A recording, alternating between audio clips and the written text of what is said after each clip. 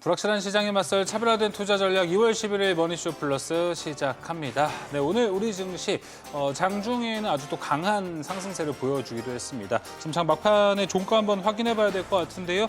5,354포인트, 코스피는 마지막에 조금 더 올린 상태로 끝이 났고요. 지금 제가 확인한 거 맞는지 모르겠습니다. 코스닥은 음전으로 장 마감이 좀 됐습니다. 아무래도 오늘 시장 외국인들이 양시장 흐름을 좀 가르지 않았나라는 생각이 듭니다. 코스피로는 외국인 매수세가 3거래일 연속해서 들어오고 있는데 맞습니다. 코스닥 시장에서는 장중에 좀 외국인 매수세가 약화되는 모습들 나타나고 있더라고요. 네, 그렇습니다. 일단 수급에 대한 것들도 좀 체크해봐야 될 것 같고요. 사실 오늘이 이제 명절 전에 큰 고비 중에 하나였는데 잘 넘어간 것 같습니다.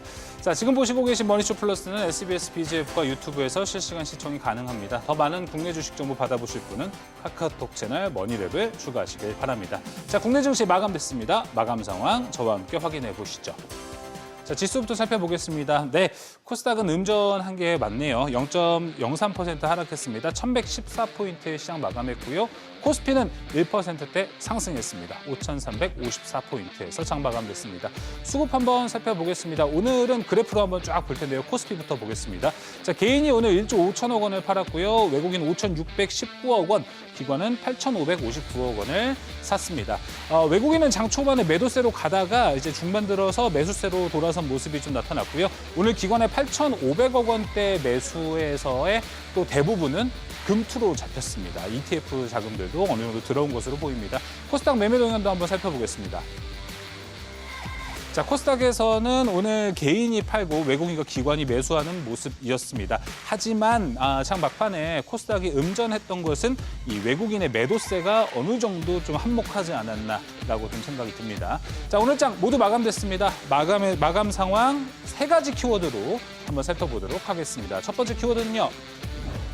정체, 뭔가 멈춰 있다라는 건데 뭘까요? 정체 확인해 보시죠. 네, 어제 미국 이제 소매 판매가 이제 결과가 나왔습니다. 생각지도 못하게 이 성장률 수치가 안 나와서 미국 시장에서도 어제 상당히 놀랐었던 포인트 중에 하나로 우리가 볼 수 있을 것 같습니다. 뿐만 아니라 코카콜라 실적에서도 좀 부진했던 게 여기가 좀 이어지지 않았나 생각이 듭니다. 앵커가 지금 좀 주목하고 있는 것은요. 오늘 이 소매 판매의 정체와 그다음에 이제 고용 지표가 오늘 밤에 나오죠. 그리고 금요일 CPI가 나옵니다. 여기에 금리에 대한 그림이 좀 잡힐 수 있습니다. 금리가 내려간다. 그렇다면 지금 우리가 주목하고 있는 한국에서는 소비 유통주들이요. 대체로 이제 원화 강세일 때 좀 시장에서 좋았을 때가 많습니다. 금리 인하, 달러 약세, 원화 강세, 소비 유통주들도 강세를 더 이어갈 수 있다는 포인트 한번 보시면 좋을 것 같고요. 이어서 두 번째 키워드로 넘어가 보도록 하겠습니다. 두 번째 키워드, 재평가. 다시 평가해야 되는데 어떤 것일까요? 확인해 보겠습니다. 자, 증권가 대형 원전에 대한 재평가가 나오고 있습니다. 자, 오늘 한정 그룹주들에 대해서 KB증권, 대신증권, 메리츠증권까지 해서 대형 원전주들, 특히 한정 그룹주들에 대한 재평가가 좀 있었습니다. 원전 상승의 이유들 살펴보겠습니다. 첫 번째는 이제 미국에서 홀텍이라는 원전 기업이 이제 상장을 준비하는데 무려 14.6조 원을 평가받고 있고요. 두 번째, 지난주부터 계속 이어지고 있습니다. 조선보다 우리는 원전을 먼저 원한다. 미국의 강력한 어필과 함께 원전 기대감 좀 있을 것 같고, 세 번째 뉴스는 한번 이것도 확인해 보시면 좋을 것 같아서 좀 가져와 봤습니다. 이제 MUFG, 미쓰비시 UFG, 일본의 이제 그 에너지에 이제 투자를 하는 은행이라고 보면 되는데 미국의 페르미 아메리카에 5억 달러 규모를 공급했다라고 합니다. 사실 일본과 미국도 지금 원전과 관련된 협상을 진행하고 있는데 이 정도 가이드라인이 나왔다라는 거는 우리 기업들도 이제 미국과 얘기를 할 때 어느 정도 선은 좀 나왔다. 함께 참고해 볼 수 있을 것 같습니다. 자, 계속해서 오늘 원전주들의 흐름도 한번 살펴보겠습니다. 한전산업이 무섭게 달려갔습니다. 19.23% 올라갔고요. 우리기술 상한가 같고요. 고성파워텍 12.38% 상승했습니다. 근데 지금 많은 분들이 가장 궁금해하실 포인트는 이거 같습니다. 원전하면 두산에너빌리티고 그다음이 BHI인데 이 주가는 왜 못 가는 것이냐. 자, 오늘 증시 인사이트에서 이 둘에 대한 주가 이야기 한번 나눠보도록 하겠습니다. 자, 세 번째 키워드 넘어가 보겠습니다. 확인해 볼까요? 회복. 뭔가 이제 나빠졌다가 좋아지는 관계로 가는 것 같습니다. 회복 확인해 보시죠. 자, 코스닥 제약 업종 지수입니다. 자, 최근에 사실 코스닥이 지수가 이만큼 올라갔던 걸 생각해 본다면 코스닥 제약 업종은 상당히 좋지 않았습니다. 그 이유는 뭘까요? 타임라인으로 한번 정리를 해봤습니다. 알테오젠 이슈도 있었고요. 코스닥 활성화 정책과 함께 좀 부실 기업들은 쳐내야 한다라는 이야기. 그리고 ABL 바이오도 얼마 지나지 않아서 악재가 있었습니다. 분위기가 좋지 않았는데요. 오늘 에이프릴 바이오가 이 분위기를 조금 반전을 시켰습니다. 이지은 대표와 함께 이야기를 나누면서 어떤 그 호재가 나왔을 때 분위기가 반전될지 안 될지에 대한 이야기 오늘 증시 인사이트에서 제약바이오 투자 포인트도 한번 짚어보도록 하겠습니다. 제약바이오 오늘 흐름들 보겠습니다. 에이프릴 바이오는 상한가를 쭉 유지한 상태로 갔고요. 그리고 MSCI 이제 편입 기대감이 에이프릴 바이오, 오름 테라퓨틱도 함께 갖고 있습니다. 한미약품도 올라가는 모습이었고요. 마찬가지로 ABL 바이오, 리가켄 바이오는 이런 호재에도 약한 모습이었습니다. 오늘 제약바이오, 에이프릴 바이오만의 상승이었는지 이 부분도 함께 짚어보도록 하겠습니다. 자, 오늘 세 가지 키워드 모두 한번 살펴봤습니다. 정체에 이어서 시장 전반적인 이야기 나눠보도록 하겠고요. 자, 그 재평가, 원전, 회복, 제약바이오 이 두 가지 섹터 증시 인사이트에 준비되어 있습니다. 지금부터 이야기 나눠보시죠.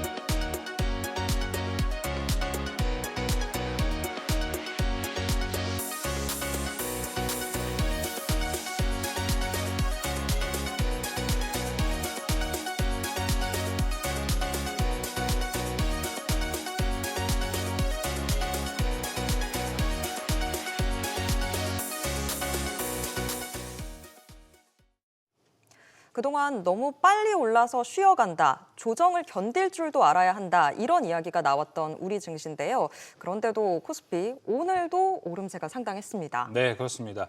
개인들은 차익 실현에 나섰고 기관의 매수세가 지수에 힘을 보탰는데요. 오늘 우리 증시 전반적으로 짚어보도록 하겠습니다. KB증권 프라임클럽 민재기 팀장, 이지스탁 이지은 대표 함께하겠습니다. 어서 오세요. 안녕하세요. 네, 자 먼저 명절을 앞둔 오늘 우리 시장. 민재기 팀장님은 좀 어떻게 보셨습니까?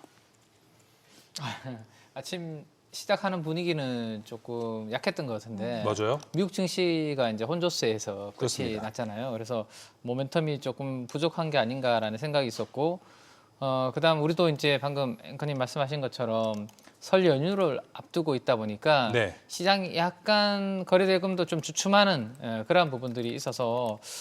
살짝 쉬지 않을까라고 저도 개인적으로 이제 아침 장 출발하기 전에 그런 생각들을 했었는데 오후 들어서 분위기가 조금 더 살아나는 흐름이었던 것 같습니다. 맞습니다. 아무래도 외국인들이 코스피에서 지금 제 기억으로는 이번 주 월요일부터 뭔가 좀 달라지고 있는 것 같은데요. 네. 수급이. 지난주까지 외국인들이 많이 팔았는데 예를 들어서 작년 5월부터요. 매수한 금액이 한 20조 정도를 외국인들이 누적으로 샀거든요. 우리나라에 대해서.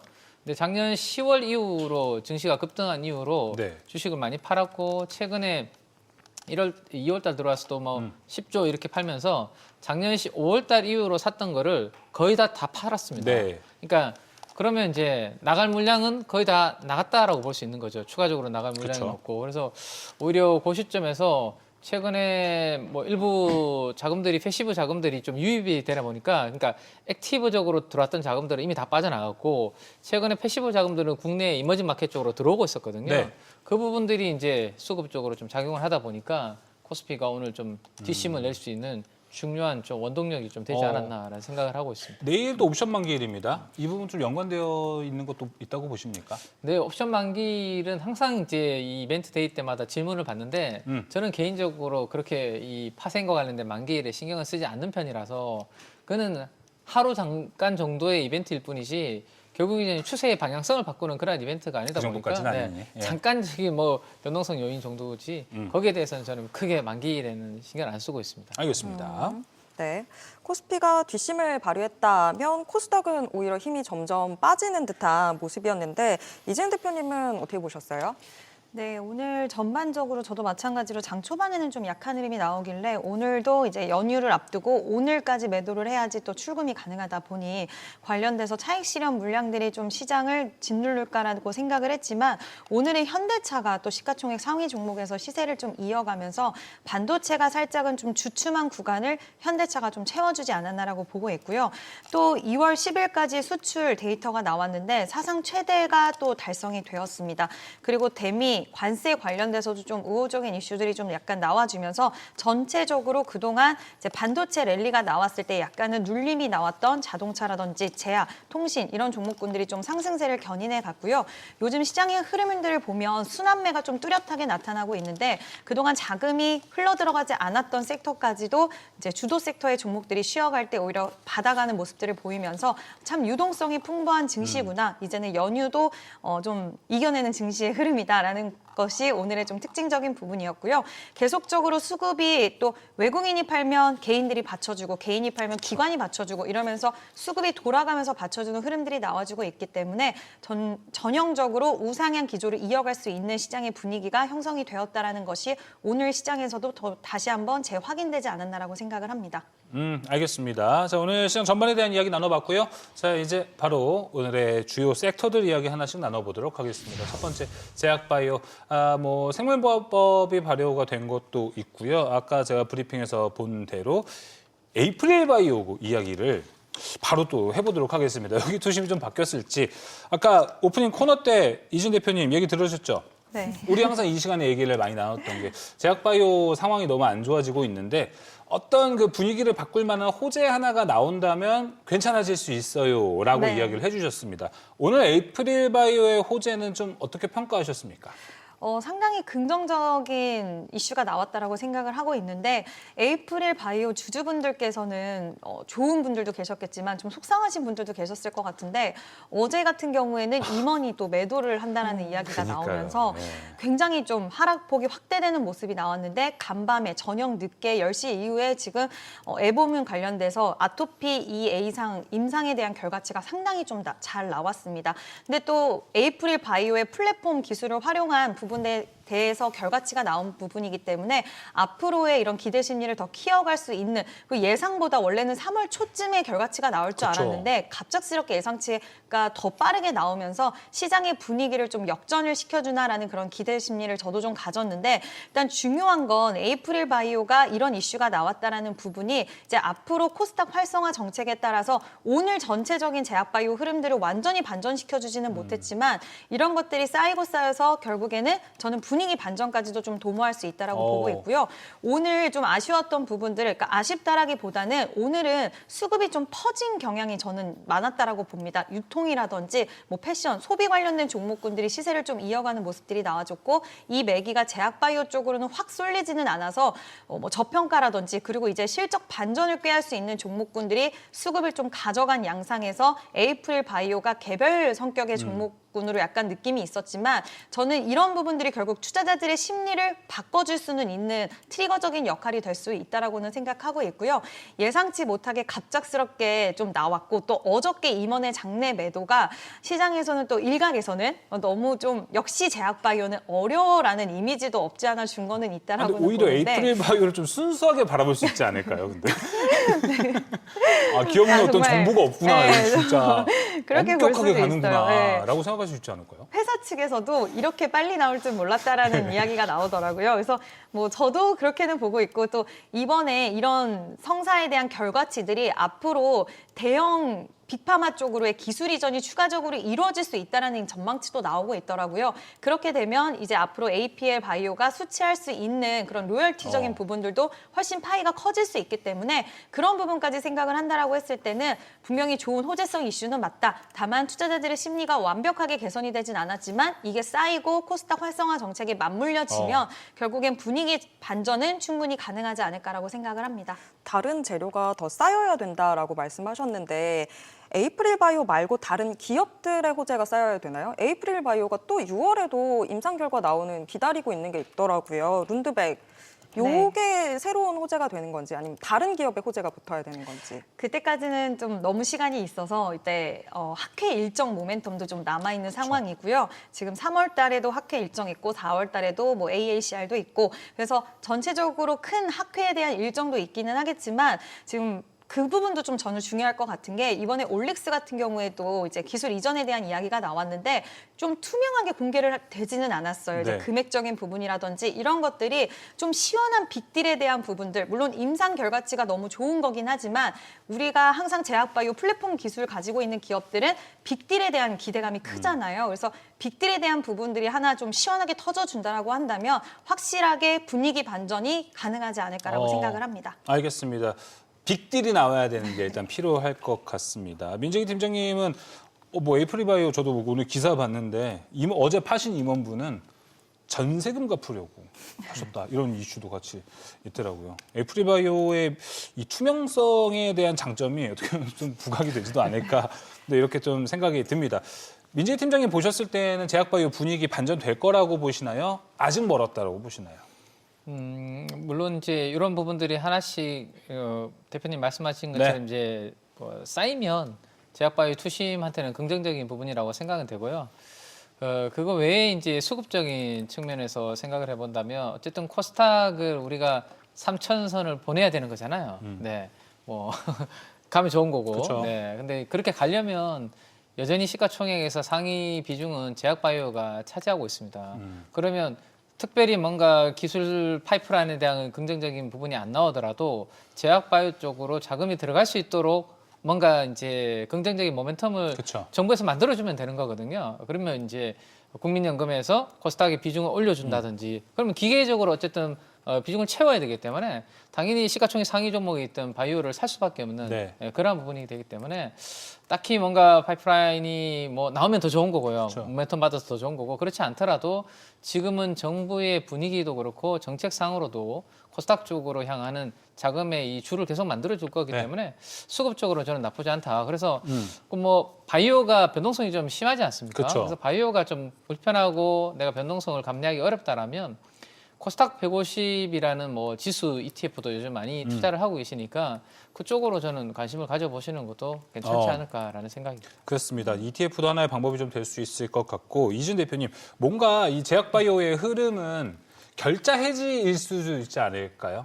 이를 벌렸던 알테오젠이나 ABL에서 거꾸로 이제 회복하는 수치라든지 뭔가 결과 다른 거를 좀 언론을 통해서 이야기를 한다면 반전될 가능성도 좀 있겠죠. 그게 가장 큰 반전 효과를 가져올 수 있다라고 보고 있고요. 그리고 결국에는 말씀하신 것처럼 시가총액 상위 종목들이기 때문에 네. 결국 ETF 자금이 들어온다라고 했을 때 이들 종목에게도 굉장히 좀 긍정적인 효과를 가져올 수 있다라고 생각이 들어서 이슈가 좀 나와줬으면 좋겠고 그 종목들이 아마 이슈가 나오면 분위기 반전을 좀 확실하게 이뤄내지 않을까라고 생각을 하고 있기 때문에 주인공적인 종목들이 움직여주기를 좀 저도 기다리고 있는 상황입니다. 알겠습니다. 오늘 그 에보뮴 이야기가 많이 나왔잖아요.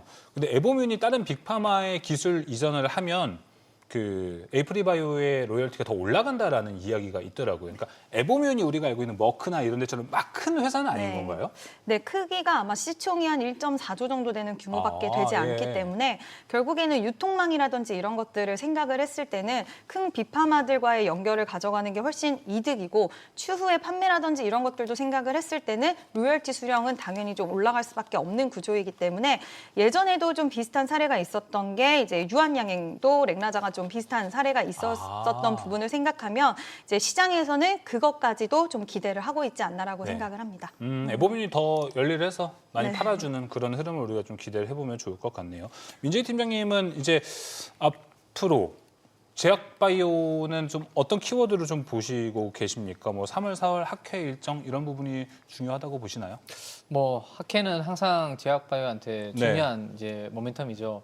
근데 이제 시장에서 에이벨 바이오라든지 우리 알테오젠, 그다음에 HLB 이런 종목들에 대해서 약간 이제 좀 실망감이 있었던 분위기가 있기 때문에 그러면 그 위에 있는 시가총액 상위 종목 중에 누군가 이제 아쉬운 부분을 달래준다라면 리가켄 바이오 같은 경우가 아직은 뭐 좋은 소식을 좀 나오는 것을 기대해 볼 수 있는 그런 부분들이 될 수 있을 것 같고, 그러니까 조금 전에 언급해 주셨던 올릭스 같은 경우도 뭐 그런 후보군들이 될 수 있을 것 같은데, 저는 개인적으로 만약에 제약바이오의 투심이 좀 살아나면 조금 다른 영역에서 스터디를 좀 하고 있는 쪽은 오가노이드라는 영역인데요. 아, 그렇죠. 오가노이드라는 것은 이제 우리가 임상 실험을 할 때 사람한테 바로 이제 그 약물을 테스트할 수 없으니까 전임상이라고 해서 쥐라든지 원숭이라든지 이런 이제 동물한테 이제 그쵸. 그 약물을 테스트하는 그것을 이제 전임상 실험이라고 하는데, 네.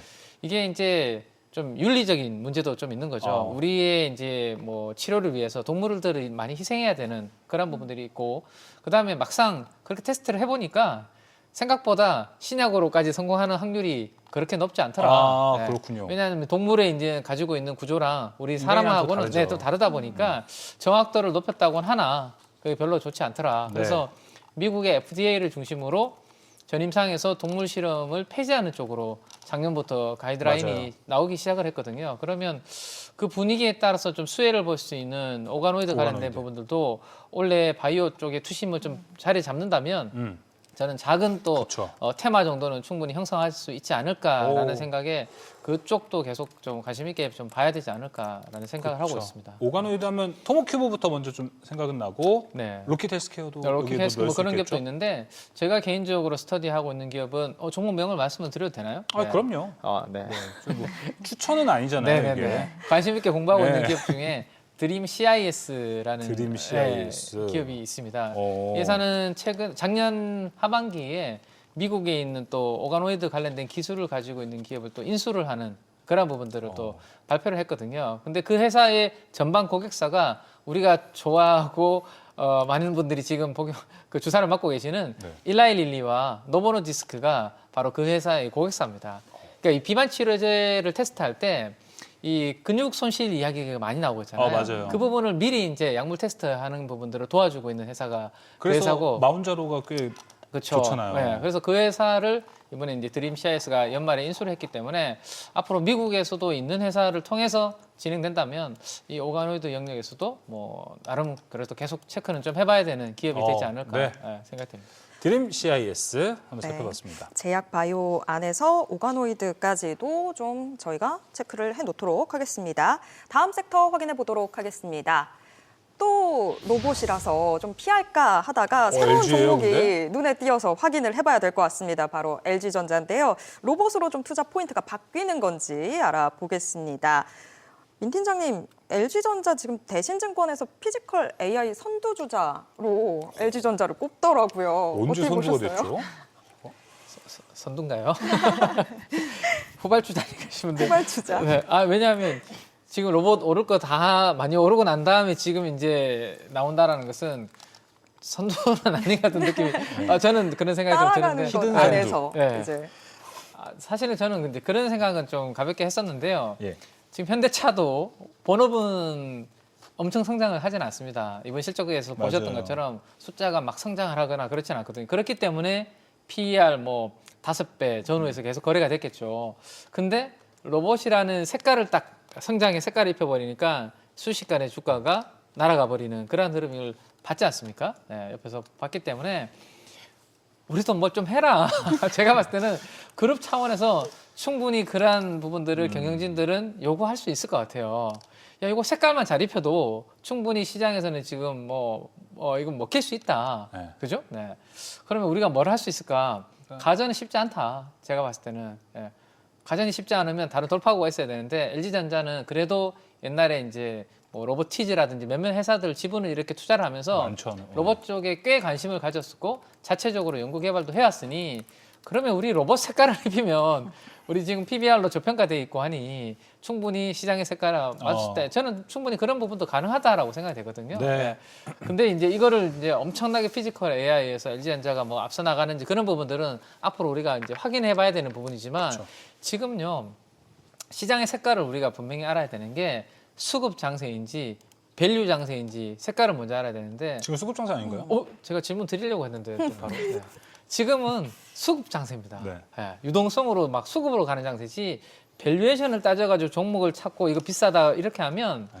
로봇 관련주는 못하죠. 아예 못하죠. 네, 못하죠. 그래서 지금은 철저하게 수급 차원에서 봐야 되는데 지금 빈집에서 LG전자를 로봇으로 그렇게 많은 수급도 안 들어왔는데 우리도 피지컬 AI로 색깔을 이렇게 입혀준다라면 충분히 안 갔던 것들, 싼 것들은 뭐 현대차 케이스처럼 붙을 수 있는 부분이 되기 때문에 오늘 장중에 20%까지 오르는 그러니까요. 네, 그런 네. 부분을 보여준 것 같아요. 네. 예, 그래서 그런지 이거 한 번에 보실 수 있는 게 타이거 LG 그룹 플러스라고 있습니다. 이게 LG 그룹주들 모아놓은 ETF? 미래에셋 ETF인데 이게 오늘 하루에 6.4%나 올라갔고 이게 과연 선두주자 이게 숨은 선두주자인 건지 사실 많은 분들이 방송 통해서 보셔서 아시겠지만 LG의 고질적인 문제가 홍보를 안 합니다. 잘해도 홍보를 안 한다는 게 LG 꽁꽁 숨겨두고. 예, 맞아요. 문제가 좀 될 수 있는데 기술력은 사실 오며 가며 AI, 뭐 엑사원 같은 거 기술력이 상당히 좋다 이런 이야기가 나오는데 LG 그룹주들이 이제 좀 빛을 발하는 것 같아요. 근데 이게 또 안 좋은 말씀 드리면 왜요? LG전자 주주분들은 좀 섭섭해하실 수 있는데 시장에서는 그렇게 색깔을 만들어서 올라가는 건 괜찮습니다. 근데 문제는 이제 실적 시즌이 저는 문제가 될 수 있다라고 생각되거든요. 네. 이런 기업들은 왜냐하면 지금 오늘 새벽에도 왜 미국의 반도체 관련된 종목들이 좀 주춤했던 이유는 맞아요. 반도체가 비싸서 우리 삼성전자하고 SK하이닉스한테는 긍정적이라서 주가 많이 올랐지 않습니까?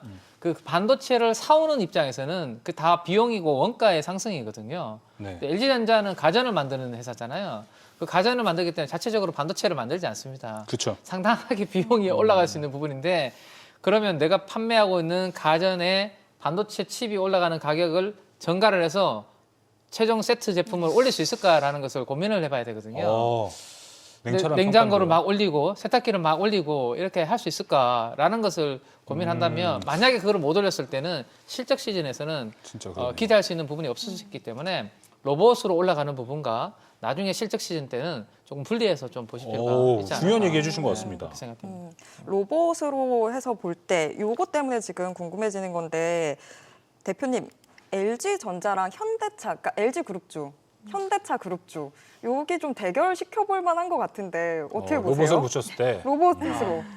근데 아무래도 기술력 차이가 아직까지는 좀 많이 나고 많이 있어서 날까요? 이제 LG전자 같은 경우에는 그동안 가전 회사, 그러니까 로봇을 만든다고 하더라도 가정용 로봇 쪽으로 좀 집중하는 모습들이 있었고 과연 아틀라스 같은 게 지금 LG그룹 쪽에 있을까라고 본다면 백덤블링 하잖아요. 네, 너무 기술적인 차이가 많이 있기 때문에 현대차랑 비교를 하기에는 현대차는 뭐 지금 테슬라랑 비교를 해야 된다는 이야기가 나올 정도로 이미 격차가 많이 벌어진 상황이기 때문에 그런 관점으로 보기에는 좀 어려울 것 같고요. 일단 LG 같은 경우에는 이제 변모하려는 움직임이 있고 또 밸류체인 안에서 오히려 수직 계열화가 좀 잘 돼 있다라는 평가도 많이 있는 것 같아요. 뭐 이노텍도 이제 로봇 눈을 사업을 영위하고 또 LG 에너지 솔루션도 있고 이런 배터리 관련된 모멘텀이라든지 CNS 쪽으로 인프라 쪽으로도 생각할 수 있는 부분들이 있기 때문에 이제 차근차근 좀 가는 구간이다라고 생각을 해주시면 좋을 것 같고요. 두 기업을 비교하기에는 조금은 어려울 수 있다. 아, 그렇죠.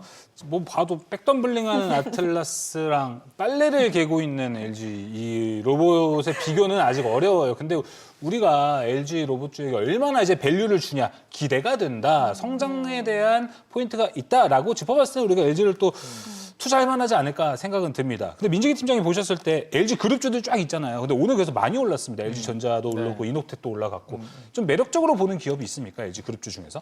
LG 그룹주 중에서요. 네. 저는 백덤블링 같은 거는 필요 없다고 생각해요. 지금 우리가 로봇을 옆에 두고 덤블링 시킬 거 아니잖아요. 네, 그렇죠. 방금 사회자님 말씀하신 것처럼 뭐 가정에서 우리가 도움을 줘야 되는데 그 덤블링 하는 거를 한두 번 보지 뭐 그거를 계속 보겠습니까? 그래서 오히려 중요한 것은 얼마나 이 사람처럼 사람의 그 손의 이 촉감을 가지고 우리 실생활에 적용할 수 있는지가 저는 이제 더 핵심이라고 생각됩니다. LG전자가 만약에 그러한 사람의 손을 이제 똑같이 복제할 수 있는 그런 부분들을 하고 있다라면 사실 그건 진짜 점수를 확보하게 줄 수 있는 부분이죠. 잠깐 그럼 다시 질문을 돌려볼게요. 민재기 팀장님은 현대차 로봇, LG 로봇 지금 비교했을 때 그럼 LG 손을 좀 들어주실 거예요? 아니요. 아유 뭐예요? 다시 돌아왔잖아요. 아니요. 그 로보티즈 이야기를 드리려고 하는 거거든요. 네. LG전자가 로보티즈에 지분 투자를 돼 있잖아요. 그나마 우리나라 국내에서 이 휴머노이드 로봇의 손과 관련돼서 기사를 이렇게 찾아보시면 좀 R&D를 계속 하고 있는 기업 중에 하나가 이제 로보티즈라는 회사가 네. 손 쪽에서 이런 기사를 낸 게 있습니다. 그래서 만약에 LG전자가 로보티즈하고 뭐 협력을 잘해서 그러니까 부품단이나 뭐 우리 액추에이터 뭐 감속기 이야기 많이 하고 있잖아요. 맞아요. 그리고 핵심은 손입니다. 이게 덤블링은 제가 봤을 때 그렇게 중요하지 않다라고 생각되기 때문에 덤블링은 너무 좋아하시는 것 같아서 아까 덤블링은 그냥 짚어주시려고 오해할 뻔했습니다. 그래서 네. LG전자가 그런 부분들을 좀 보여주면 충분히 LG전자 뭐 싸니까 밸류에이션은요 투자할 만한데 그런 것들을 만약에 로봇 쪽에서 뭔가 보여주지 못하면 단순하게 이제 지금은 수급 장세니까 네. 색깔만 입혀주면 충분히 주가는 움직이니까요. 아. 그런 쪽으로 트레이딩 관점으로 보는 게 좋지 않을까라는 게 생각입니다. 그러니까 LG 그룹주는 그룹주 안에서는 그래서 그나마 LG전자죠. 전자다? 네, 그나마 LG전자입니다. 네, 알겠습니다. 그럼 이진 대표님은 뭐 LG 그룹주 내에서도 말씀해 주셔도 좋은데 지금 로봇주들이 근데 평소에 막 우리 한 달 전부터 2주 전 막 달려갔던 모습과는 좀 하루하루 차별화된 주가 기업들마다 좀 주가 차이가 좀 나타나고 있습니다. 지금 키워드 뭘로 잡아야 됩니까? 지금은 대기업과의 연결고리 보는 거 맞는 것 같아요. 왜냐하면 이제 그룹주, 그러니까 그동안 오늘 LG 같은 경우에도 이제 뭐 빈집이라고 해서 수급적인 요인들이 좀 주가를 물론 리포트 영향도 있긴 했지만 주가를 끌어올렸는데 여기서 로봇이라는 키워드가 붙었을 때 시장에서 크게 반응이 나왔고 그러면 이제 추후에는 그 지분 가치에 대한 연결고리가 있는 쪽으로도 반응이 나올 수 있다라고 생각이 들어서 저도 로보티즈 항상 좀 로보티즈? 액추에이터 쪽에서도 특히 좋게 보고 있는 상황이고 또 레인보우 로보틱스도 저는 여전히 좀 관심 있게 보셔도 좋은 구간이 아닐까라고도 생각을 하고 있어서 대기업의 지분 투자라든지 그리고 뭐 액추에이터 관련된 사업을 영위하고 있는 기업들 안에서 지분 보유를 하고 있는 뭐 이런 기업들 저는 좀 관심 있게 지금도 여전히 유효하지 않을까라고 생각을 합니다. 네. 로봇주들 이렇게 좀 정리를 해보고요. 다음 섹터 확인해 보도록 하겠습니다.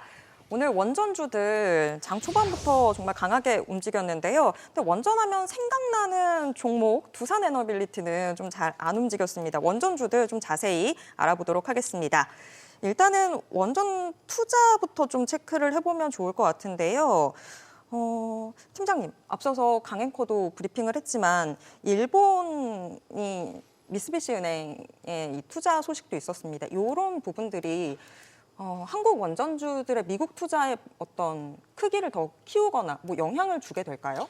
그렇죠. 원전은 대규모로 이제 자본이 들어가는 사업이거든요. 네. 그러면 이제 펀딩이라든지 이런 부분들은 상당히 중요한 부분이고 미국의 원전이 40년 동안 막혔던 이유 중에 하나도 사실은 이제 과거에 사고가 났던 그런 맞아요. 몇몇 네. 이제 큰 이슈들도 있었지만 자금을 누가 넣어줘야지 그게 맞아요. 되는데 거기 자금을 투입했을 때 돈을 회수할 수 있다라는 자신감이 없으니까 원전 금융이 생태계가 형성이 안 되는 바람에 40년 동안 지금 건설이 제대로 안 됐던 부분인데 뭐 지금 원전 쪽으로 돈들이 들어와 준다라면 당연히 좋은 부분이 되는 거고요.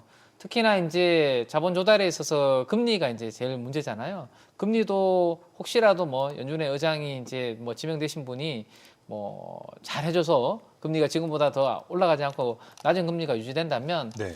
조달하는 데 있어서도 비용도 부담이 없기 때문에 그런 부분들은 나쁘지 않은 부분이라고 생각이 되고 앵커님께서 이제 두산 에너빌리티를 계속 이제 다른 원전주들은 가는 것 같은데 에너빌리티는 잘 못 가는 것 같다. 멈춰 있다. 네, 말씀을 좀 하셨는데 저는 그래도 정고점 부근에서 잘 버티고 있는 게 아닌가라는 생각이 정말요? 왜냐하면 지금 빠지진 않고 딱 직전 고점에서 지금 약간 지금 행보하고 있는 그런 분위기거든요. 행보의 의미를 좀 둬야 되는 거예요? 그렇죠. 왜냐하면 정고점을 돌파를 하려면 사실은 최근 현대건설 쪽에서는 긍정적인 뭔가 뉴스 플로우가 계속 이어지고 있습니다. 첫 번째는 흑자 전환이라는 소식도 있었고 아까 앵커님 말씀하셨던 미국의 이제 홀텍과 관련된 예. SMR 관련된 그런 프로젝트 이야기도 있었는데 두산 에너빌리티는 가스터빈과 관련된 뭐 이슈는 조금 있었고 구체적으로 뭔가 원전에 들어가는 이제 기자재에 대한 이제 뭐 그런 대규모 수주라든지 이러한 부분들은 구체적으로 없다 보니까 모멘텀이 지금 사실은 좀 약간 소강 상태이지 약간 시간의 문제 아닐까 저는 생각이 됩니다.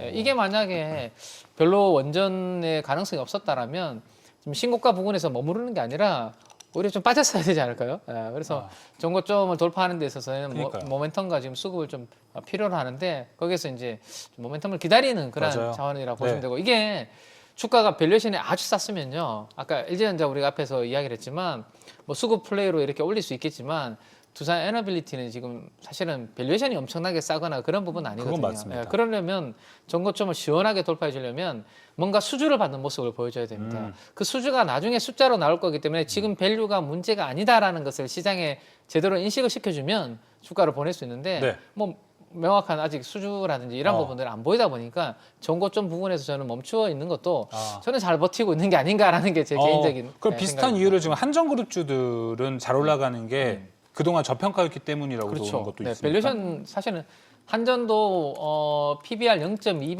0.3배에서 작년부터 지금은 거의 0.7, 8배까지 많이 올라왔습니다. 네. 그래서 작년 상반기 대비해서는 엄청나게 싼 위치는 아니거든요. 네. 지금 이제 6만 원 위로 좀 많이 올라왔기 때문에 다만 그래도 이제 정부의 스탠스 자체가 한전은 매우 중요한 스탠스입니다.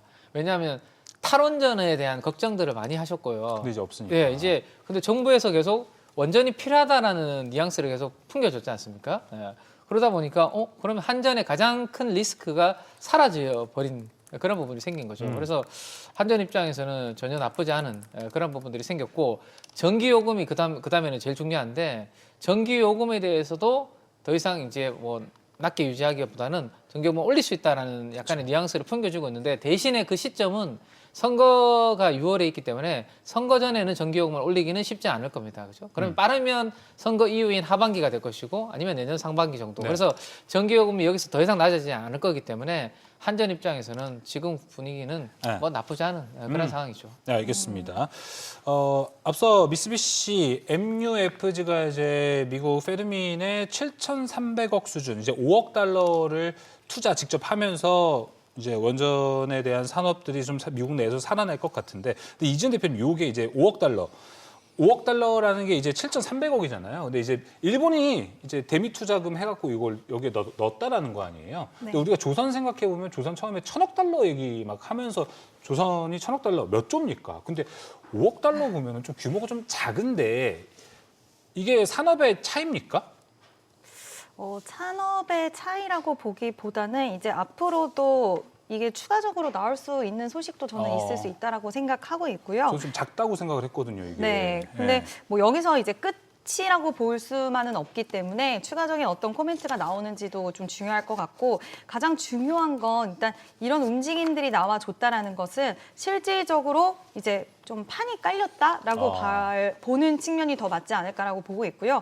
이제 일본 쪽을 이제 투자 쪽으로 좀 한다라고 한다면 우리는 이제 직접 짓는 쪽으로 좀 집중을 할 거라고 저는 생각이 되는데 이번에 정부가 직접적으로 APR 이제 1400. 관련 1,400 네. 수출에 대해서 이야기를 했잖아요. 그래서 EPC 쪽으로의 일감을 따내는 쪽에 속도감이 더 붙을 수 있는 상황이고 오히려 일본이 이렇게 움직였기 때문에 그 판적인 부분들이 깔려서 여기에 우리나라는 직접적인 일감을 따내기 위한 노력들과 이런 움직임들이 좀 더 가속화되지 않을까라고 생각을 하고 있습니다. 네.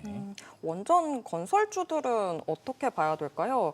현대건설이랑 대우건설이랑 주력하고 있는 지역이 좀 다르니까 그냥 함께 다 같이 좀 보는 게 맞는 건지 아니면 뭔가 둘 사이에서 우선순위를 가려서 투자를 해야 되는 건지 어떻게 보세요? 이번에 대우건설이 이렇게 상승이 나왔던 거는 리포트의 영향이 상당히 컸었던 것 같아요. 이제 빅베스라는 그 단어 자체로도 무게중심을 상당히 많이 좀 가져갔던 것 같은데 이제 체코의 두코바니 쪽은 대우건설이 참여하는 부분이고 또 지금 미국 쪽에서 이야기 나오는 부분에 있어서는 뭐 홀틱이라든지 페르미 아메리카 이쪽에서는 사실 현대건설 쪽이 더 우위를 차지하고 있는 부분이라서 현대건설은 이미 페르미 아메리카랑 대형 원전 4기에 대한 맞아요. 기본 설계 계약에 대한 부분들이 체결이 되어 있기 때문에 이제 본 계약으로 넘어갈 수 있는 부분. 그래서 시장에서는 원래는 미국 쪽 이야기가 나왔을 때는 현대건설이 더 앞서서 움직임이 나왔었던 것 같고요. 대우건설은 이번에 리포트 영향 그리고 체코라든지 이번에 또 유럽 쪽을 이제 루마니아와 체코랑 같이 손잡고 진출한다는 이야기가 나왔는데 이런 것들 연결고리로는 또 대우건설 쪽이 좀 더 무게를 갖고 있는 쪽이 아닐까. 그래서 다 같이 두루두루 저는 보셔도 좋다라고 생각을 합니다. 네, 알겠습니다. 자, 요즘 전력선 XRB랑도 이어서 같이 볼 수 있잖아요. 오늘 마이크로소프트 초전도 케이블 뭐 이슈가 있었습니다. 민재기 팀장님. 그래서 전 전선이 올라갈 줄 알았는데 초전도체 테마를 올려버리더라고요. 네. 여기에 대한 거는 뭐 초전도체의 연결성, 연속성을 더 볼 수 있을지, 혹은 전선을 봐야 되는 건지 이럴 때. 이거 약간 이제 우리가 생각을 좀 해봐야 되는 부분이 있을 것 같은데 네. 그 초전도체에 대해서 개념에 대해서 약간 설명을 좀 드려야 되지 않을까 싶거든요. 초전도체. 예. 이게 이제 어쨌든 전력을 이제 AI 데이터 센터가 많이 필요로 하잖아요. 네. 전력을 많이 필요로 하는데 그 전력을 이제 땡겨오는 데 있어서의 뭔가 이제 저항이 있으면 전력이 이제 손실이 나니까 네, 맞아요. 그 저항을 이제 없이 줄여주겠다라는 겁니다.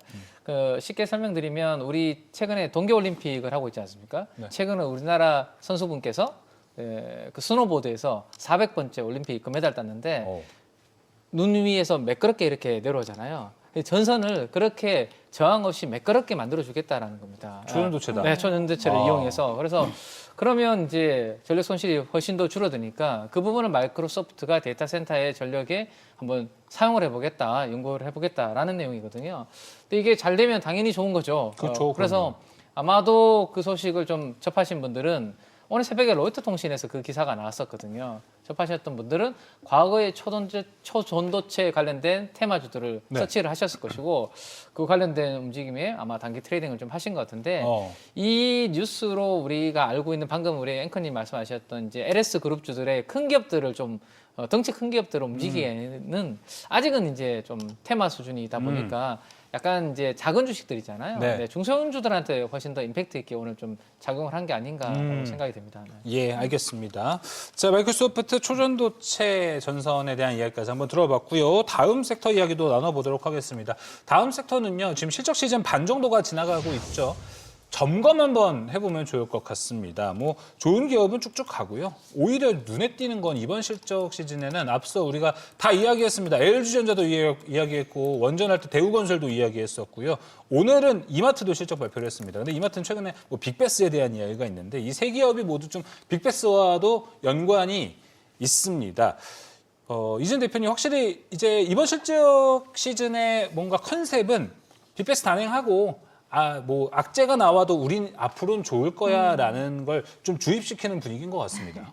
그게 지금은 좀 잘 먹히는 네. 시장인 것 같아요. 이제 유동성도 워낙 풍부하다 보니까 시장에서는 성장 쪽에 좀 더 초점을 맞추고 있는 것 같고 통상 실적 시즌에는 숫자를 보고 성장보다는 더욱더 좀 심리가 왔다 갔다 하는 모습이 있었는데 이제는 뭐 이마트도 실적을 공개하고 난 이후에도 주가 흐름들이 좋은 걸 보면 그보다도 앞으로 구조적으로 성장을 할 수 있는가를 더 보고 있는 것 같아서 이제는 실적 시즌이니까 당장 숫자가 어떻게 나오는지에 집중하기보다는 투자하시는 입장에서도 실적에 대해서는 이미 노출된 부분이 있다라고 한다면 그거는 감안을 하시고 앞으로 성장할 수 있는 산업과 섹터인가 종목인가를 보고 따지고 이제 매매를 하는 게 지금 같은 장세에서는 더 맞지 않을까라는 생각이 듭니다. 네, 오늘 이마트 지난 영업이익이 3,225억, 전년비 584%나 올라갔는데 또 이 또한 이야기 안 해볼 수 없을 것 같습니다.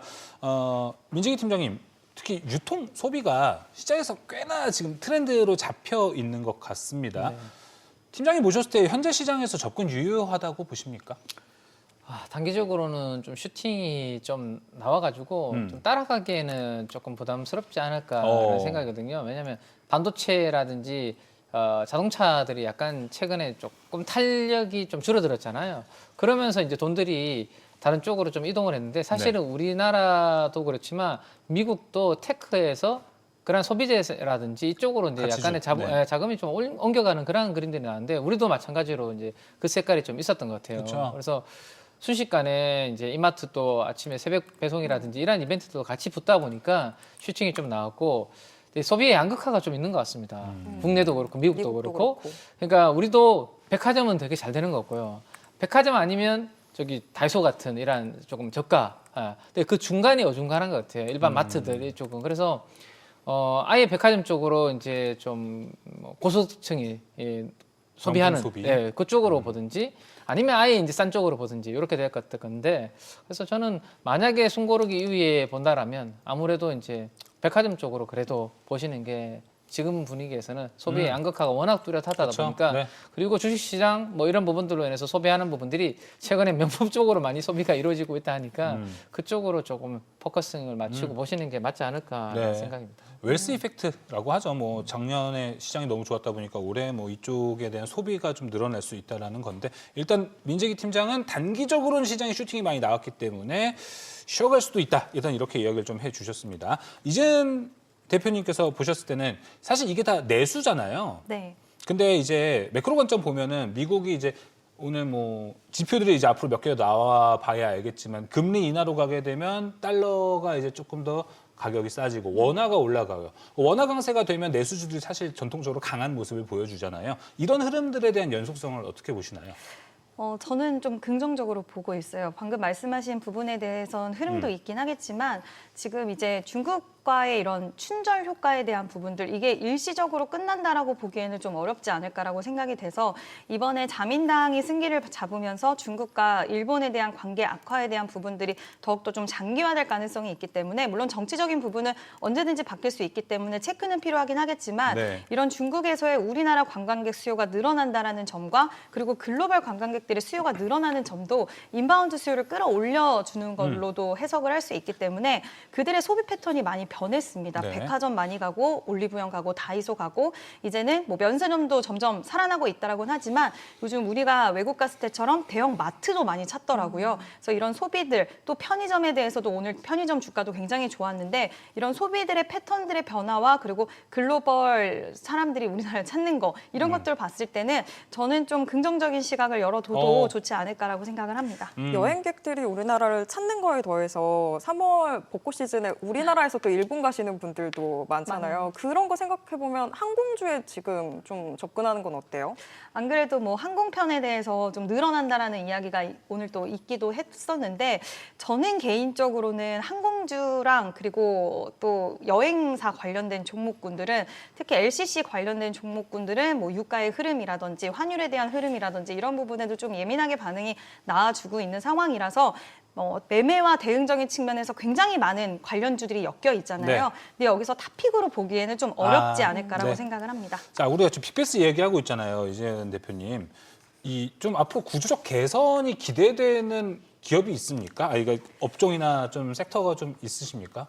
업종이나 섹터 같은 경우에는 뭐 여러 가지가 있긴 하겠지만 요즘에 네. 타이어 관련된 종목군들도 많이 그렇죠. 올라왔더라고요. 예. 관련돼서 타이어 종목군들이 간 걸 보면 우리가 좀 확장해서 화학과 케미칼 쪽으로도 생각을 해볼 수 있지 않을까라고 생각이 드는데 이제 여러 가지 좀 바뀌어야 되는 구조적인 문제들은 상당히 많고 뭐 중국에 우리가 핸들링하지 못하는 부분들도 많이 있습니다. 중국 쪽에서의 공급 과잉도 좀 마무리된다라고는 하지만 글로벌 환경적인 부분들의 맞아요. 요인들도 좀 영향력이 있기는 하지만 아무래도 지금 우리 시장에서 거의 많이 올라왔거든요. 근데 움직이지 않은 쪽이 그쪽 관련된 종목군들이 예전에 한두 달 전에 좀 선제적으로 움직였다가 요즘에는 주가가 살짝은 주춤해지기도 했는데 네. 3분기 때 대환유화가 실적이 좀 잘 나왔었어요. 맞아요. 그래서 전체적으로 이제 관련주들을 좀 끌고 가줬는데 이번에도 비슷한 흐름이 나와줄지 한번 체크해봐도 좋지 않을까라고 생각합니다. 대한유화 스페셜티가 이제 타이어에 넘기는 거죠? 네네. 네, 알겠습니다. 민재기 팀장님은요, 하나 골라주시죠. 저는 대한항공 방금 이제 대표님께서 말씀을 하셔서 그거 관련해서 간단하게 항공? 네, 항공. 그러니까 항공으로 저는 좋아하진 않고요. 저도 네, 뭐예요, 그러면? 방산으로 대한항공을 보고 있습니다.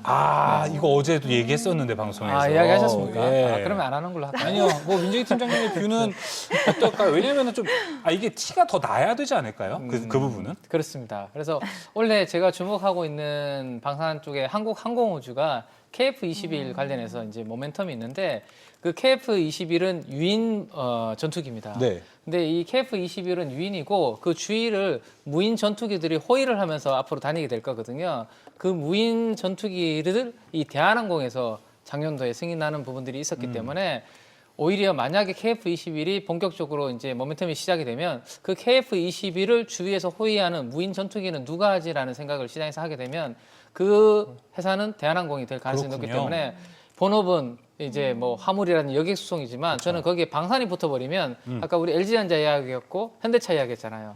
대한항공에 대한 약간의 밸류에이션이 바뀔 수 플러스 알파가 있다는 될수 생각이 있는 있기 것. 때문에 맞아요. 대한항공은 무인 전투기 관련해서 관심 있게 보시는 게 어떨까 네. 생각입니다. 대한항공에 숨어있는 투자 포인트, 방산도 될 수 있습니다. 자, 오늘 증시 인사이트는 여기서 마무리해보도록 하겠습니다. KB증권 프라임클럽 민재기 팀장, 이지스탁 이지은 대표 함께했습니다. 오늘 말씀 고맙습니다.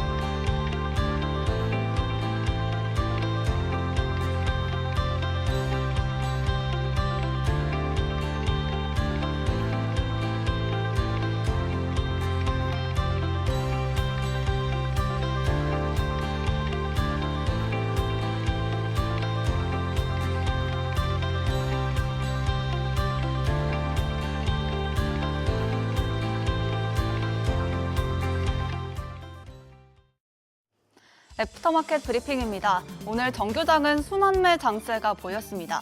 반도체가 비교적 쉬어가자 현대차와 기아가 오름세를 보였고 또 원전과 건설 섹터도 좋은 흐름 보였습니다.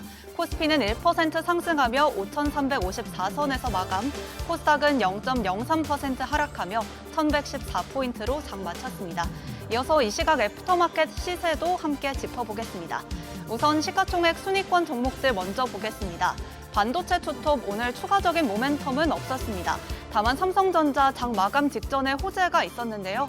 틱톡 모회사인 바이트댄스가 삼성전자와 협의해 자체적으로 AI 칩을 생산할 것이란 소식이 전해졌습니다.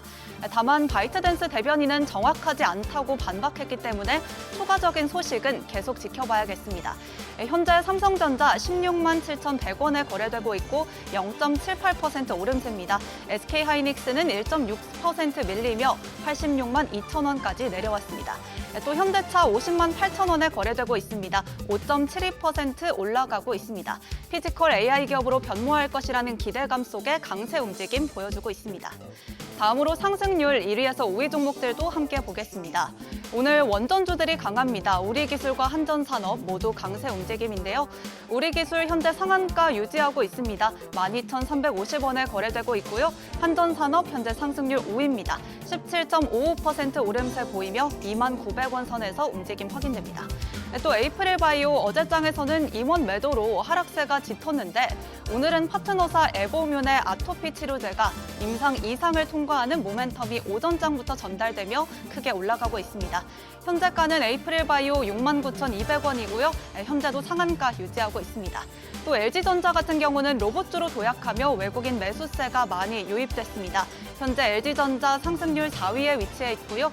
22% 넘게 올라가며 127,300원에 거래 보여주고 있습니다.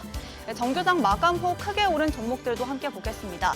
현대 GF홀딩스, 홈쇼핑을 완전 자회사로 전환하며 중복 상장 우려가 해소되자 장 마감 직후 크게 올랐습니다. 또 현대 홈쇼핑과 현대백화점도 애프터마켓에서 추가적인 오름세 보여주고 있습니다. 이어서 하락률 순위권 종목들도 함께 보겠습니다. 메디포스트는 오늘 제약바이오 흐름 전반적으로 견조했는데도 하락률이 큽니다. 메디포스트 현재 하락률 2위고요. 8% 넘게 밀리며 22,450원 부근에서 등락 보이고 있습니다. 예스티 현재 하락률 1위입니다. 8.97% 밀리며 21,300원까지 내려왔고요. 미코도 7% 넘게 밀리며 16,270원 부근에서 움직임 확인됩니다. 세아 베스트지주도 오늘 스페이스X 관련주들 전반적으로 상승세 보였는데 홀로 빠지며 75,200원에 거래되고 있습니다. 어제 크게 올랐던 신대양제지 오늘은 밀리며 14,930원으로 거래되고 있습니다. 또 위메이드는 지난해 실적 발표 직후 애프터마켓에서 하락으로 전환했습니다. 정규장 종가와 비교하면 애프터마켓에서만 한때 4% 넘게 빠졌습니다. 이어서 거래량과 함께 동반해서 움직이는 종목들도 체크해 보겠습니다. 오늘 한운시스템 연일 강세 보여주고 있습니다. 2.8% 넘게 올라가며 현재가는 4,700원입니다. 우리기술과 대우건설, 한전산업, 원전주인데 원전주들 모두 초강세 보여주고 있습니다. 우리기술은 상한가 찍으며 12,350원에 거래되고 있고요. 대우건설 7.5% 넘게 오름세 보여주고 있습니다. 한수원의 유럽시장 진출 소식이 나왔고 또 미국 시장에서 원전 IPO 대어인 홀텍 관련 모멘텀은 애프터마켓에서도 계속 이어지고 있습니다. 대우건설 같은 경우는 실적 빅베스를 지나면서 어제도 크게 올랐는데 오늘은 또 체코와 베트남의 원전 수주를 확대할 기대감까지 가져갑니다. 한화솔루션 같은 경우는 어제 내림세였는데 오늘은 올라갑니다. 현재 3% 가까운 상승률 보여주며 47,950원까지 올라왔습니다. 이렇게 애프터마켓 흐름부터 특징주까지 살펴봤는데요. 오늘 밤 열리는 뉴욕 증시는 안자은 캐스터와 함께 대비해보시죠. 지금까지 애프터마켓 브리핑이었습니다. 간밤 3대 지수는 혼조세로 마감했습니다. 금리 인하에 대한 기대와 부진한 소비가 겹치면서 뉴욕 증시 또다시 최고점 부근에서 방향성을 잡지 못하고 있는데요. 마감 상황 보시면 다우 0.1% 오르면서 5만 선 위에서 마감했고요. 나스닥 0.59% 하락, S&P 500 0.33% 하락했습니다. 시총 상위 종목들 보시면 오늘 메인마켓에서 빅테크들 대부분 하락했습니다. 애프터마켓에서는 전반적으로 큰 방향성보다는 저가 매수 위주의 제한적인 움직임 보였습니다. 알파벳 어제 채권 발행한다는 소식 전해드렸죠. 그 규모가 원래 200억 달러였는데 이를 300억 달러로 늘리기로 하면서 메인마켓에서 약세로 마감했습니다. 다만 그래도 저가 매수가 들어오면서 애프터마켓에서는 0.16% 상승 마감했습니다. 시총 6위부터도 보시면 메타와 테슬라만 메인마켓에 이어 애프터마켓에서도 상승 흐름 이어갔는데요. 테슬라는 스페이스X 상장 기대감에 메인마켓에서 2% 가까이 올랐고요. 애프터마켓에서도 이제 0.16% 강보한 마감했습니다. 월마트는 실적 발표를 앞두고 경계심이 반영되면서 메인마켓에서 1% 넘게 빠졌는데 그래도 애프터마켓에서는 강세를 이어갔습니다.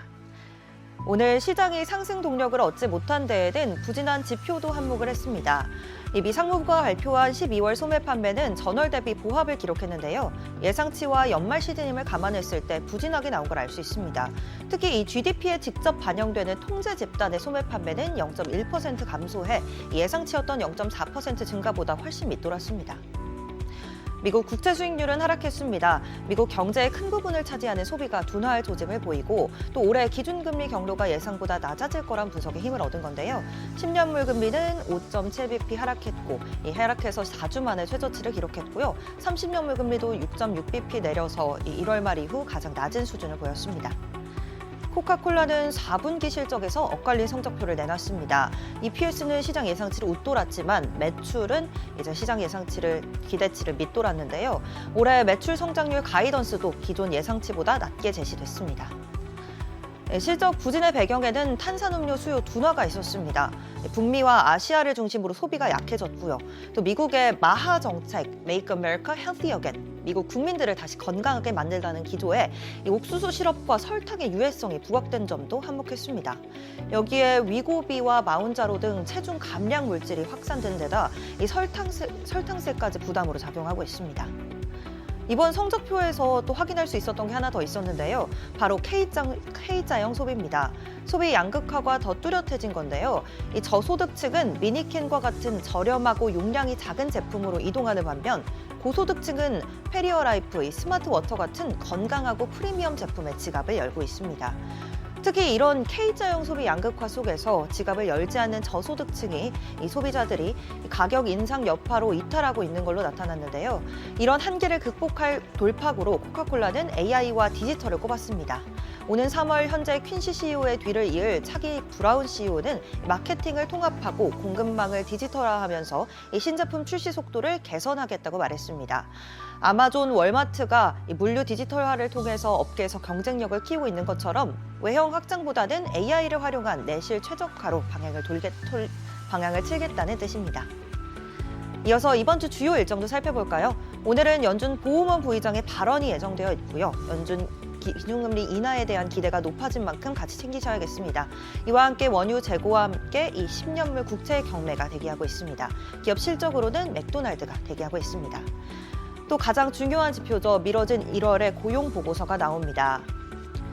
이 시장에서는 비농업 취업자 수는 6만 5천 명 증가, 또 실업률은 4.4%로 전월과 동일할 걸로 보고 있습니다. 시장의 시선이 이 보고서에 쏠린 만큼 고용이 둔화 흐름을 이어갈 경우 연준의 정책 판단에도 영향을 줄 수 있어 주목하셔야겠습니다. 지금까지 뉴욕 증시 전략이었습니다.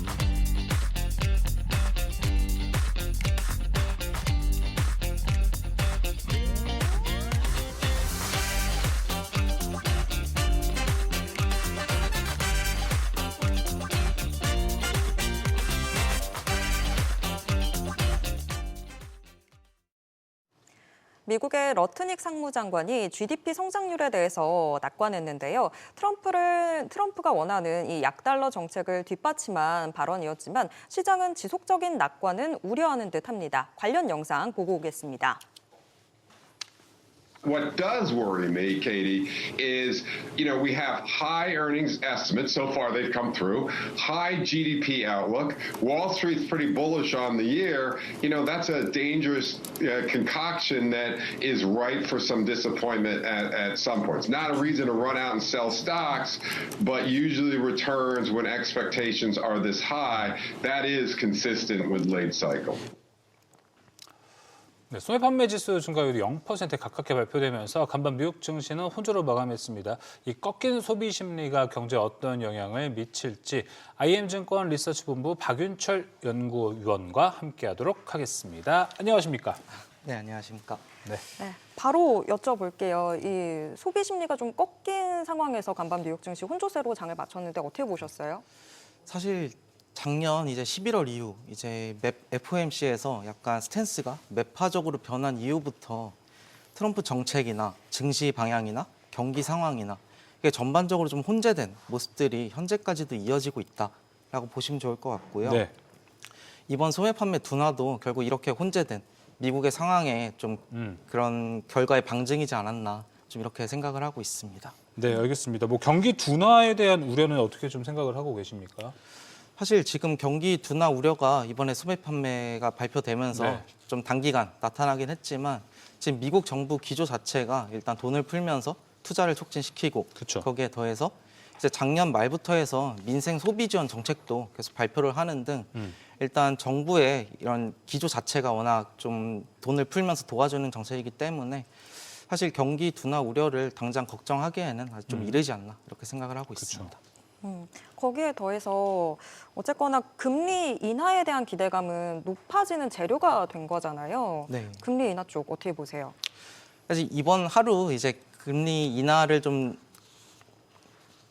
견인할 만한 이런 지표가 나오면서 기대가 조금 높아지긴 했지만 사실 여전히 뭐 고용이든 물가든 여러 지표들을 또 추가로 확인해야 된다 이렇게 생각을 하고 있고요.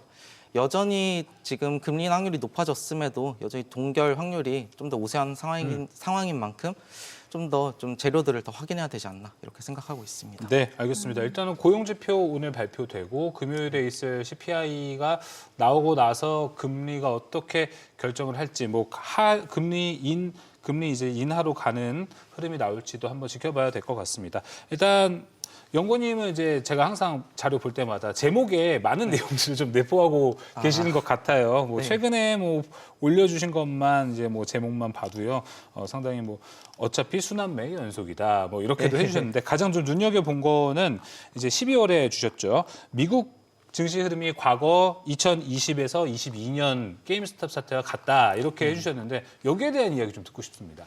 사실 이번에 사실 최근 2주간에 금하고 은의 폭락 그리고 암호화폐 폭락 사태를 겪으시면서 투자자분들이 증시에서 유동성이 차지하는 비중이 매우 크구나를 좀 한 번 더 느끼셨지 않을까 좀 이렇게 생각을 하고 있고요. 네. 좀 많이 좀 기억에서 좀 잊으셨을 텐데 작년 상반기 말에 오픈도어라고 해서 이제 대표적인 밈스탁이 오르기 시작했었습니다. 오, 전 처음 듣네요. 예. 네, 그때 좀 한국인들도 많이 관심을 많이 가졌었는데 그게 오르기 시작하면서 제가 생각을 했던 게 이거 이 게임스탑 사태와 좀 비슷하지 않나 하면서 좀 궤적을 비교를 해봤고요. 사실 지금 현재까지 왔을 때 네. 그 과거 사태와 상당히 유사한 궤적으로 좀 흐르고 있다라고 말씀드릴 수 있을 것 같아요. 이게 간단히 말씀드리면 네. 게임스탑 사태가 발발했을 때 왜 게임스탑이 올랐냐 하면은 그때 공매도 이야기도 같이 있었고. 그렇죠. 네. 일단은 대형주 밸류에이션 부담 자체가 이제 가격 부담 자체가 매우 높아진 시점에 이제 다른 뭐 주식들을 올리기 애매해지니까 이제 어떻게 보면 이런 근본 없는 주식으로 사람들의 시선이 좀 넘어갔다라고 네. 보시면 좋을 것 같고요. 그리고 현재 같은 경우도 오픈도어라고 하는 밈스탁이 언제부터 올랐냐 했을 때 S&P 500의 밸류에이션이 거의 22배 후반, 23배 수준까지 다다랐을 때 한마디로 가격 부담이 좀 심해졌을 때 오르기 시작했다라고 보시면 좋을 것 같습니다. 동시에 발생했던 또 현상이 밈스탁이 오르기 전에는 기술주, 약간 고PER, 좀 비싼 주식들이 상대적으로 더 많이 오르는 모습이 나타났다면 밈스탁이 오르는 시점부터는 오히려 가치주나 상대적으로 싼 그런 주식들이 상대적으로 더 많이 오르는 그런 모습들이 이제 21년도에 확인이 됐었고요. 이게 오늘 미장 흐름하고 좀 흡사하잖아요, 또. 그렇죠.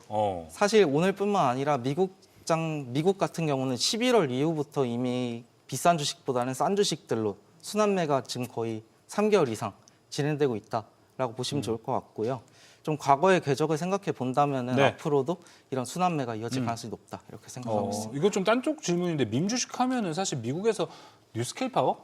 네. SML도 나름의 밈 주식이라고 이야기를 하더라고요. 네. 같은 근데 좀 계보는 좀 다르다고 봐야겠죠? 아까 뭐 오픈도어라고 비슷할 수도 있지만 좀 결이 다르다고 생각하고 있고요. 오픈도어나 이런 게임스탑 같은 경우는 그 공매도가 너무 많아서 그거를 공격하자 하면서 이제 그쵸. 급등시켰던 영향이 컸고 약간 원전주 같은 경우는 일단 정부 정책이나 이런 쪽에서도 밀어주는 그런 부분이 있기 때문에 완전 좀 같은 성격은 아니지 않나 이렇게 생각하고 있습니다.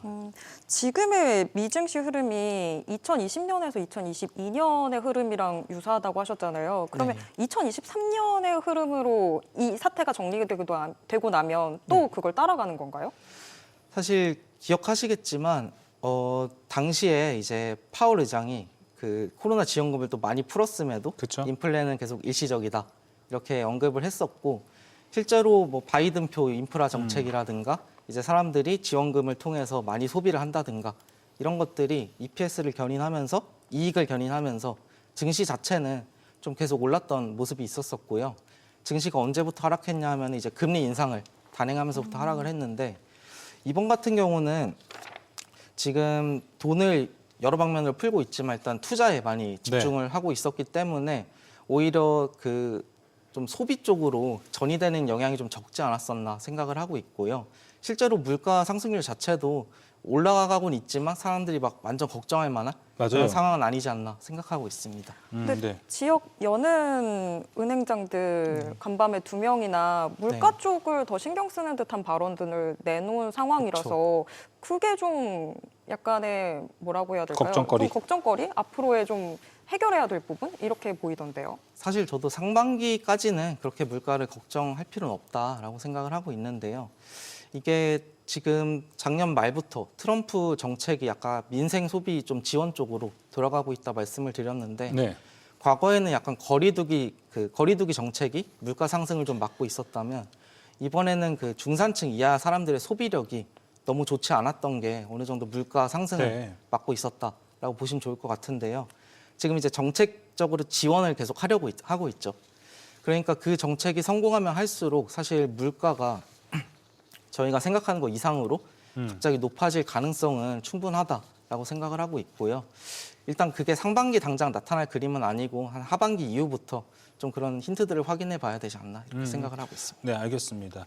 연구원님 뭐 리포트들 쪽 보면은 트럼프가 은근히 주가 관리는 좀 안 하고 이제 금리나 그쪽에 신경을 더 많이 쓰는 것 같다라고 이야기해 주셨어요. 그래도 바이 더 딥 뭐 이렇게 이야기를 또 해주셔서 제가 궁금한 포인트는 최근에 뭐 소프트웨어 몰락 이야기도 좀 같이 있었잖아요.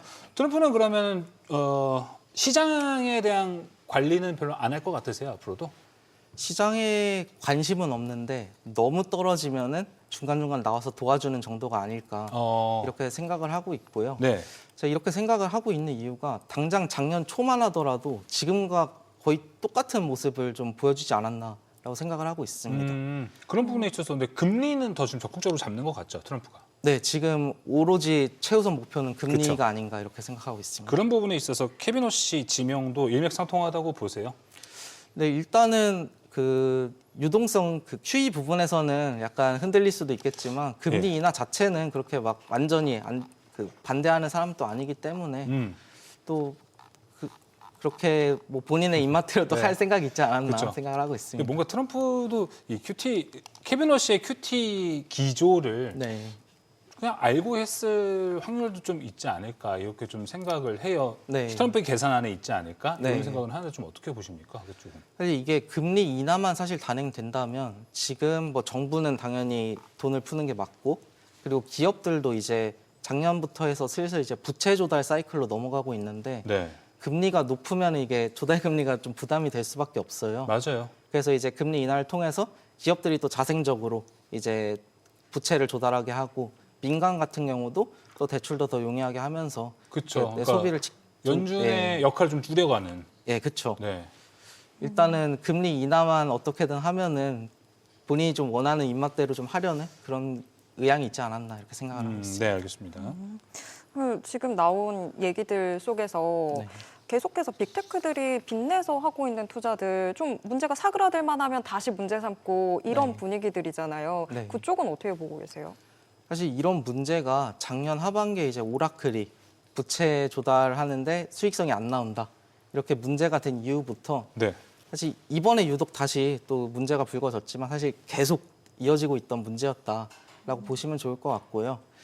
사실 이 문제는 계속될 수밖에 없다고 생각하고 있습니다. 근데 이제 워낙 정부나 기업이나 지금 경쟁에서 도태되면은 이제 끝날 거를 본인들도 알고 있기 때문에 좀 울며 겨자 먹기일 수도 있지만 이런 투자하는 환경은 계속 이어질 가능성이 높지 않나 이렇게 생각을 하고 있습니다. 네, 알겠습니다. 현재 뭐 이제 또 리포트 보면은 이제 원자재 슈퍼사이클 이야기도 좀 같이 해주셨습니다. 요새 네. 뭐 확 떨어졌던 뭐 금 가격, 은 가격 다시 네. 회복세도 나타나고는 있지만 여기에 관해서 현재 뷰는 좀 어떻게 보고 계십니까? 지금 이렇게 뭐 전 세계가 투자를 단행하고 있는데 그 투자를 할 때 제일 먼저 사야 되는 게 어떻게 보면 반도체도 AI 관련한 원자재기도 하고 예. 인프라 관련해서도 뭐 은, 구리, 히토류, 철강 등등 사실 제일 먼저 사야 되는 게 이게 원자재일 수밖에 없다라고 생각을 하고 있고요. 사실 이런 생각들이 모두 결집이 됐기 때문에 그 투기성 자금들도 선제적으로 미리 들어가 있지 않았나 생각을 하고 있습니다. 그래서 지금 이번에 유동성 축소 우려 때문에 많이 좀 하락하는 모습도 있었지만 이번에 투기성 자금 옥석 가리기를 한번 한 이후에는 여전히 좋은 관점에서 좀 바라볼 필요가 있지 않나 이렇게 생각을 하고 있습니다. 근데 지금 원자재 대표적으로 금과 은 우리가 안전자산이라고 생각했던 부분들은 전혀 안전자산 같은 움직임이 아닌 상태로 네. 전개되고 있잖아요. 이거는 앞으로 어쩔 수 없는 흐름인가요? 사실 어느 순간부터 지금 전 세계 약간 자금 흐름이 너가 이제 지정학적 갈등 그리고 그거에 기인한 투자 관련 자산이냐 아니냐 그걸로 약간 이분법적으로 좀 나뉘어져 있는 상황이다라고 생각을 하고 있고요. 일단 금하고 은은 당연히 투자하고 그 지정학적 갈등의 또 대표 자산이기 때문에 그래서 약간 지금은 안전자산 성격보다는 오히려 투자자산 성격으로 많이 변모한 상태가 아닌가 이렇게 생각을 하고 있습니다. 네. 최근에 이제 뭐 미국 증시 어차피 순환매다 이런 리포트 안에서 제가 궁금했던 건 암호화폐도 반등하는 상승의 반전의 키를 잡고 있다. 기술주들의 상승 뭐 이렇게 좀 얘기를 하셨던데 암호화폐도 이쪽과 지금 연관성 좀 있다고 보세요? 테크와? 네, 지금 이 글로벌 증시가 워낙 서로 이제 밀접되게 되면서 모든 자산군이 물리고 물리는. 네. 물리고 물릴 수밖에 없다 생각하고 있고요. 그럼에도 암호화폐 같은 경우가 이제 혼자 많이 이제 떨어지고 있는데 사실 개인적인 생각으로는 그게 좀 트럼프의 지지율이 좀 낮아지는 것과도 좀 결부돼 있지 않나 생각을 하고 있고 네.